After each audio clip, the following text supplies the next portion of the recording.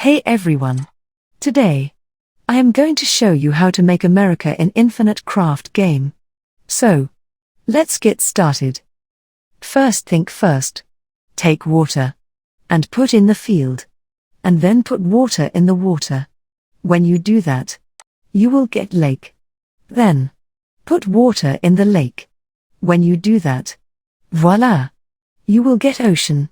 Now, then take earth. And put in the ocean. When they do that, you will get island. Now, take island and put in this island. And you will get continent. Then, take the lake. And put in the continent. When you do that, you will get America. And congratulations! You have successfully made America in the Infinite Craft. If you found this video helpful, give it a thumbs up. And subscribe to channel for more tech tips and tricks. Thanks for watching. And I will see you in the next video.